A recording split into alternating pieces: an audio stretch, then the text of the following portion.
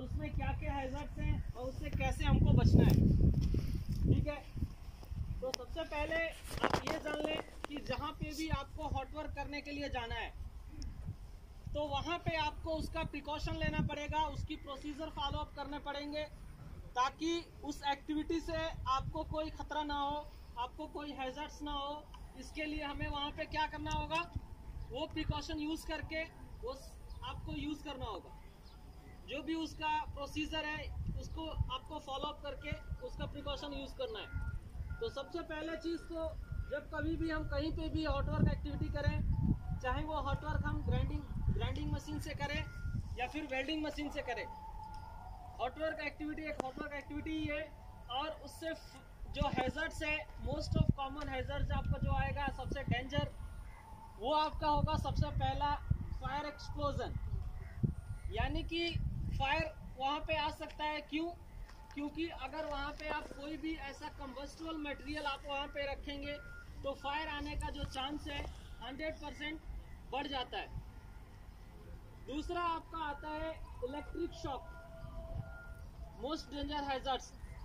Electric shock कब लग सकता है, जब आपका केबल प्रॉपर तरीके में ना हो या फिर जो मशीनरी आप यूज कर रहे हैं उसमें कोई डिफॉल्ट हो। ठीक है, तो ये सारी चीजें जो है मेजर हैजर्ड्स हैं हॉट वर्क एक्टिविटी करने के दौरान।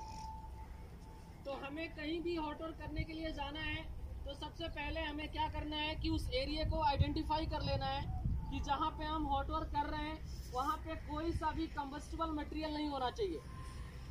अगर वहाँ पे कोई भी कंबस्टिबल मटेरियल है तो सबसे पहले उसको हम वहाँ से रिमूव करेंगे। कंबस्टिबल मटेरियल में आपको क्या मिलेगा, आपका क्लॉथ्स, पेपर, वुडन, प्लाईवुड्स, ये सारे जो हैं आपको कंबस्टिबल मटेरियल के अंदर आ जाएंगे।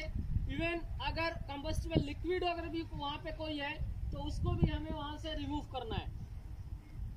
अगर हम वहाँ से ये रिमूव नहीं करते हैं तो बाद में क्या होगा, वहाँ पे फायर आने का चांस 110% बढ़ जाता है। तो सबसे पहला चीज तो हमें वहाँ अपना जहाँ पे भी हॉट वर्क एक्टिविटी करना है वो एरिया में आपको क्लीन करके रखना है कंबस्टिबल मटेरियल से। यानी कि 3 मीटर के दायरे में कोई भी ऐसा मटेरियल नहीं होना चाहिए, यानी कोई भी ऐसी वस्तु नहीं होनी चाहिए जिससे कि आग लगने की चांस बढ़ सके। क्योंकि आग लगने का सिर्फ 3 कारण होता है। आप सबको मैंने पहले भी बताया है, अभी भी बता रहा हूँ। सबसे पहला होता है फ्यूल, ठीक है, लिक्विड। उसके बाद ऑक्सीजन और हीट। ये 3 चीज जब आपके एक जगह में कहीं भी इकट्ठा हो जाएंगे तो वहां पे लाजिम आपको फायर मिलेगा।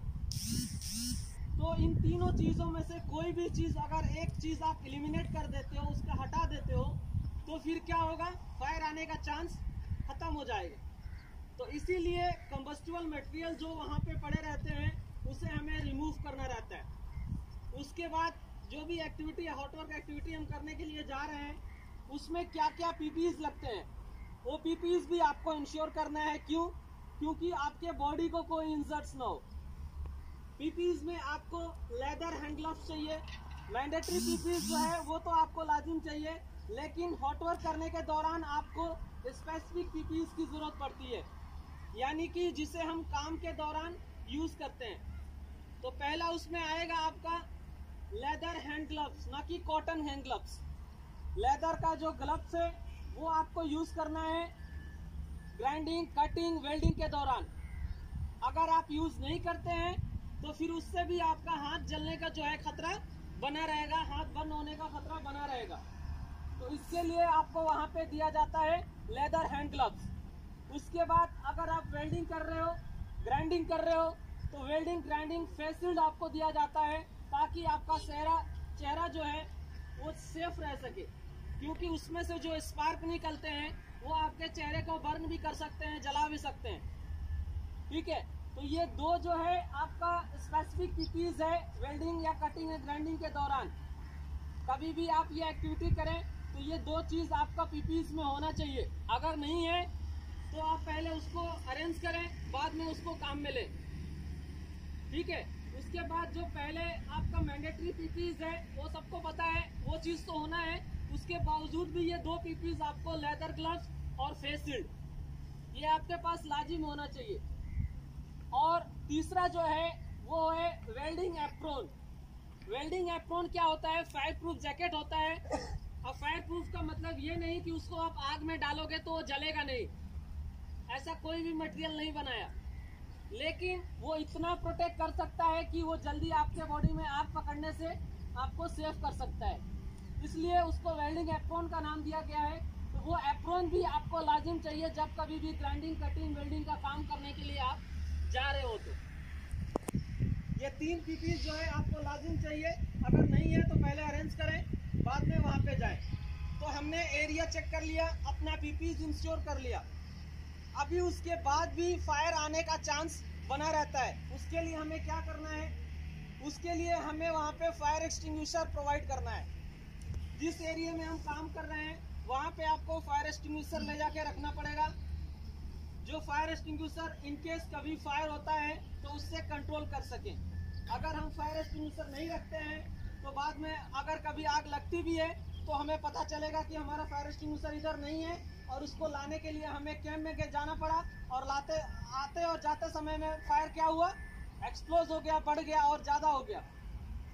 तो इसके लिए हमको पहले ही वो चीज़ अरेंज करके रखना है जहाँ पे भी हम एक्टिविटी कर रहे हैं। बात समझ में आ रही है सबको?